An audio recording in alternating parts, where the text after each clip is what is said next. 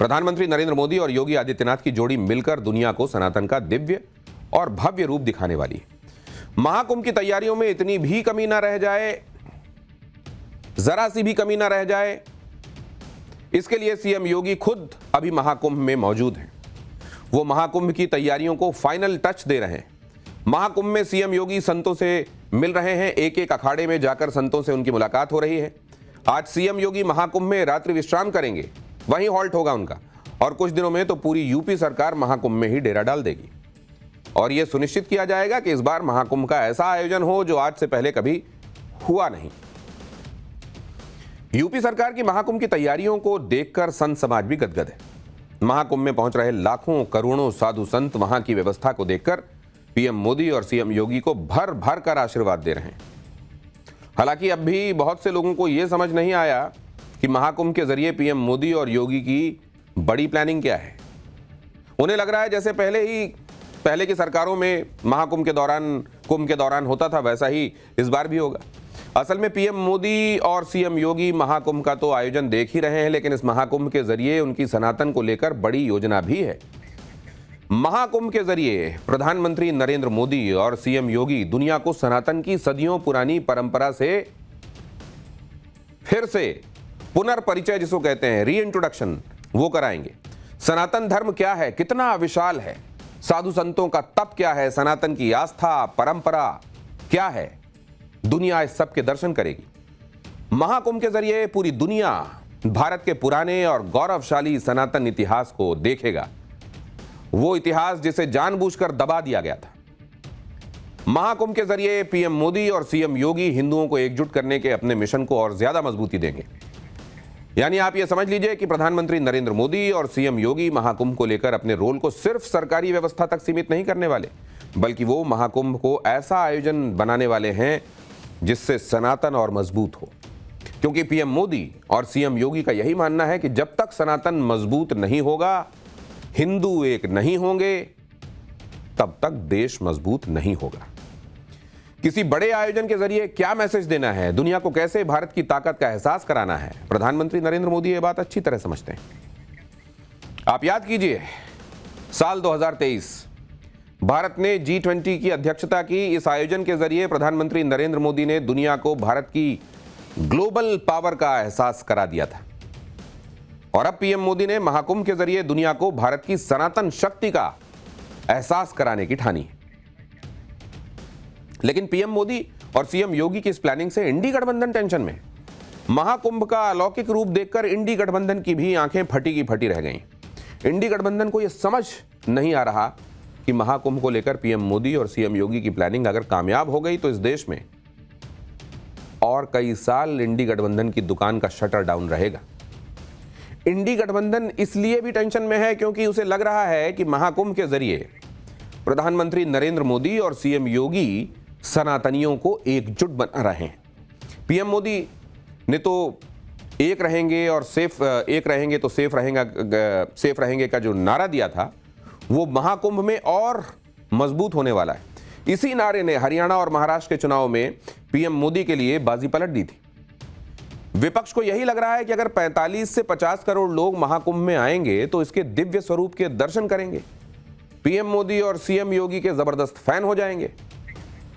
और इस सब से ही घबराकर अब इंडी गठबंधन ने महाकुंभ की तैयारियों पर हमले तेज कर दिए। अभी तक तो सिर्फ अखिलेश यादव ही कुंभ की तैयारियों पर सवाल उठा रहे थे, लेकिन अब इंडी गठबंधन के बाकी नेता भी इसमें कूद पड़े हैं और धीरे धीरे पूरा इंडी गठबंधन महाकुंभ पर सवाल उठाना शुरू कर देगा। महाकुंभ को लेकर कैसे पॉलिटिक्स हो रही है वो आगे आप देखेंगे, लेकिन सीएम योगी के महाकुंभ दौरे की बात पहले। आज सीएम योगी आदित्यनाथ छठी बार महाकुंभ पहुंचे हैं और अब की बार वो एक रात महाकुंभ में ही प्रवास करेंगे। योगी का यह दौरा इसलिए भी महत्वपूर्ण है क्योंकि महाकुंभ शुरू होने में 3 दिन रह गए हैं और योगी आदित्यनाथ महाकुंभ की फाइनल तैयारियों की ऑन द स्पॉट रिपोर्टिंग ले रहे हैं। योगी आदित्यनाथ की कुंभ आयोजन पर पैनी निगाह है, जिससे किसी भी श्रद्धालु को परेशानी का सामना न करना पड़े। सीएम योगी दोपहर लगभग 1:45 बजे महाकुंभ पहुंचे थे और पहुंचते ही सबसे पहले उन्होंने महाकुंभ की तैयारियों का जायजा लिया। महाकुंभ के अलग अलग सेक्टर्स में जाकर इंतजामों को खुद देखा, परखा और इस दौरान योगी मेला अधिकारियों से सवाल जवाब करते भी नजर आए। सीएम योगी ने निषाद राज क्रूज के जरिए भी प्रयागराज में महाकुंभ की तैयारियों को परखा है। आज योगी ने सबसे पहले मेला क्षेत्र का जायजा लिया, सारी तैयारियों को परखा और इस दौरान योगी आदित्यनाथ क्रूज के डेक पर खड़े होकर महाकुंभ की तैयारियों को लेकर अधिकारियों से जानकारी लेते भी नजर आए। योगी ने महाकुंभ की तैयारियों का जायजा लेने के अलावा महाकुंभ में सभी 13 अखाड़ों का भी दौरा किया। योगी हर शिविर में एक एक करके गए। योगी सबसे पहले श्री पंचायती अखाड़ा महानिर्वाणी गए और संतों से मुलाकात की। इस दौरान योगी ने अखाड़ा शिविरों की तैयारियों को देखा और अखाड़ों के इष्ट देवों की पूजा भी की। महाकुंभ को लेकर सीएम योगी आप देख रहे हैं फुल एक्टिव हो गए हैं। किसी भी तरह की कमी ना रह जाए वो ये सुनिश्चित करने में लगे हुए हैं। इसीलिए एक एक चीज को मॉनिटर किया जा रहा है। योगी ने आज मेला प्राधिकरण के अधिकारियों के साथ समीक्षा बैठक भी की और आज की रात योगी महाकुंभ में ही रहेंगे। कल यानी शुक्रवार को महाकुंभ से जुड़ी पूरी व्यवस्थाओं को चेक करने के बाद ही वापस लखनऊ लौटेंगे। आज योगी ने प्रयागराज की धरती से ऐलान भी कर दिया है कि महाकुंभ को दिव्य, भव्य और अलौकिक बनाने में वो और उनकी सरकार कोई कमी नहीं छोड़ेंगे। आप खुद योगी आदित्यनाथ की जुबानी इस बात को सुनिए। और 25 सेक्टर में 10,000 एकड़ विस्तृत क्षेत्रफल में प्रयागराज का ये महाकुंभ का आयोजन होने जा रहा है, जिसमें पूरा देश और पूरी दुनिया का हर वह व्यक्ति जो सनातन धर्म के प्रति, भारत और भारतीयता के प्रति सम्मान और गौरव की अनुभूति करता है, वह इस आयोजन का साक्षी बनने जा रहा है। इस पूरे आयोजन के लिए केंद्र और राज्य सरकार ने अब तक जो व्यवस्थाएं की हैं, आपने देखा होगा कि आदरणीय प्रधानमंत्री जी 13 दिसंबर को यहां पर आकर के कुंभ आयोजन के साथ ही कुंभ का आयोजन सनातन आस्था का प्रतीक है, भारत की आस्था का प्रतीक है। इस आयोजन को पूरी भव्य रूप से आयोजित करने के लिए डबल इंजन की सरकार ने जो इंफ्रास्ट्रक्चर प्रयागराज के लिए दिया, उन सबको उद्घाटन करने के लिए आदरणीय प्रधानमंत्री जी का मार्गदर्शन और उनका आशीर्वाद यहां प्राप्त हुआ था और एक प्रकार की औपचारिक शुरुआत उन्होंने उस दौरान की थी, संगम नोच पर पूजा करके। ये सभी कार्य श्रद्धालुओं के लिए अब समर्पित है।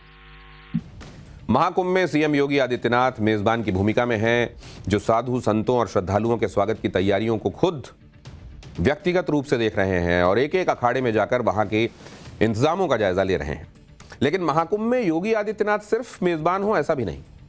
महाकुंभ में मुख्यमंत्री योगी ही नहीं बल्कि संत योगी के रूप में भी वो नजर आएंगे और संत योगी का एक अखाड़ा भी महाकुंभ में तैयार हो रहा है। महाकुंभ में जो 13 अखाड़े तैयार हैं, उनमें से एक अखाड़ा सीएम योगी से भी जुड़ा है और वो है नाथ संप्रदाय का अखाड़ा, जिससे सीएम योगी आदित्यनाथ खुद भी ताल्लुक रखते हैं। नाथ संप्रदाय से आने वाले योगी आदित्यनाथ इसी अखाड़े में रुकेंगे, जो महाकुंभ में अभी से आकर्षण का केंद्र बना हुआ है, क्योंकि 8 बीघा जमीन पर तैयार हो रहे इस अखाड़े में महाकुंभ के दौरान योगी आदित्यनाथ प्रवास करेंगे और योगी की कैबिनेट भी इसी अखाड़ा परिसर में होगी। इसीलिए संत योगी आदित्यनाथ का अखाड़ा सभी सुविधाओं से लैस होगा और सबसे खास भी होगा। नाथ संप्रदाय के अखाड़े में एक विशाल महाराजा टेंट लगाया जा रहा है, जिसमें 70 हाईटेक कॉटेजेस होंगे जो सभी सुख सुविधाओं से लैस होंगे। अखाड़े के अंदर 4 विशाल वाटरप्रूफ जर्मन हैंगर लगाए गए हैं, जिसमें अलग अलग तरह की गतिविधियां होंगी। जानकारी के मुताबिक एक हैंगर में नाथ संप्रदाय के संतों के प्रवचन होंगे, दूसरे हैंगर में नाथ संप्रदाय के अनुयायियों के ठहरने की व्यवस्था होगी, तीसरे हैंगर में एक बड़ी रसोई बनाई जा रही है और चौथे हैंगर में सीएम योगी खुद रहेंगे और उनका मंत्रिमंडल भी रह सकता है। 2019 के कुंभ में सीएम योगी आदित्यनाथ और उनकी पूरी कैबिनेट नाथ संप्रदाय के अखाड़े में ही ठहरी थी और इस बार भी महाकुंभ से योगी सरकार इसी अखाड़े से चलेगी। खबर है कि इसी अखाड़े में योगी आदित्यनाथ महाकुंभ में 2 से 3 दिन रुकेंगे। इसी अखाड़े में योगी के सभी मंत्री अपने परिवार के साथ महाकुंभ में आकर हिस्सा लेंगे। इसी अखाड़े में महाकुंभ के दौरान 21 जनवरी को योगी सरकार की कैबिनेट भी हो सकती है। इसके अलावा पीएम मोदी, गृह मंत्री अमित शाह भी महाकुंभ आएंगे तो योगी के अखाड़े में ही प्रवास कर सकते हैं। इसीलिए महाकुंभ मेले में योगी आदित्यनाथ का अखाड़ा सबसे खास वीवीआईपी अखाड़ा बन गया है।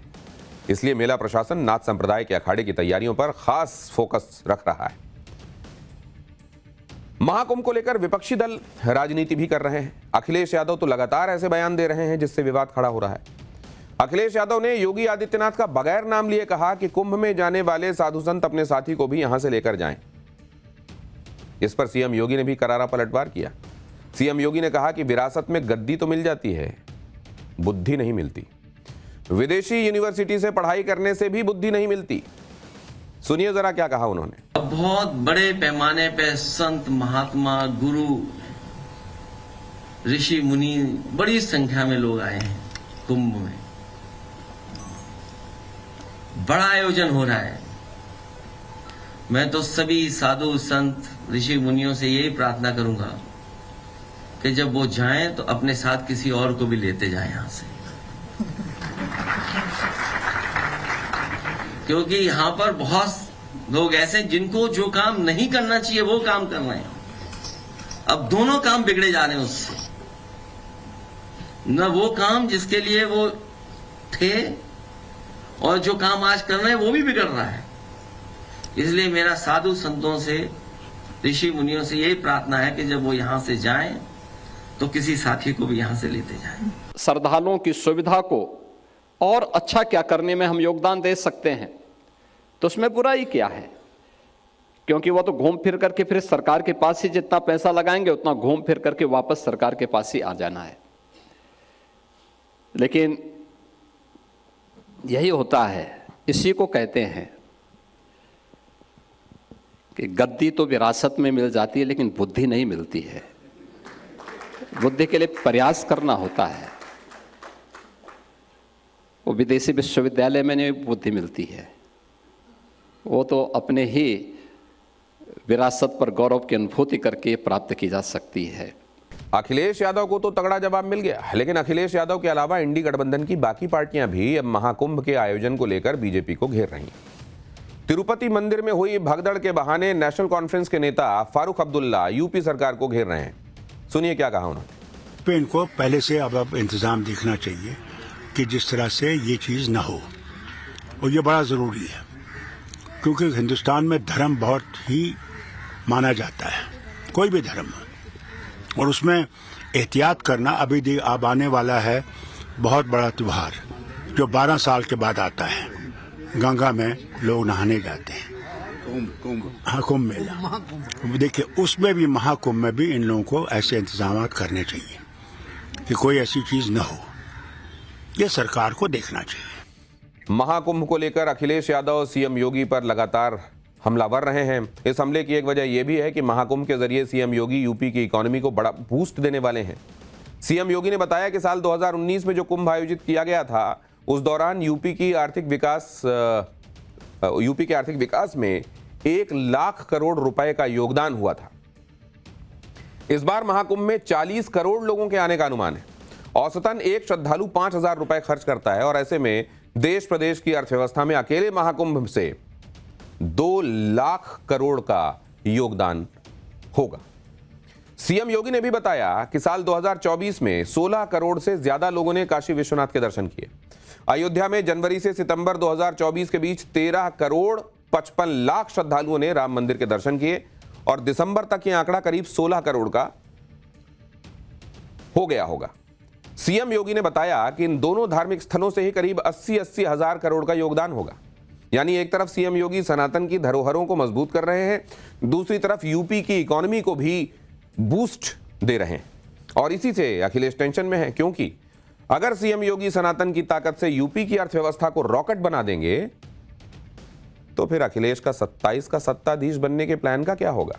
आप ये भी देखिए कि जब 2013 में महाकुंभ हुआ था तो अखिलेश यादव की सरकार ने उसके आयोजन पर कितना खर्च किया था और अब योगी आदित्यनाथ की सरकार कितना खर्च कर रही है। साल 2013 में महाकुंभ के लिए बजट करीब 1214 करोड़ रुपए का और इससे कमाई का अनुमान करीब 12,000 करोड़ रुपए का है।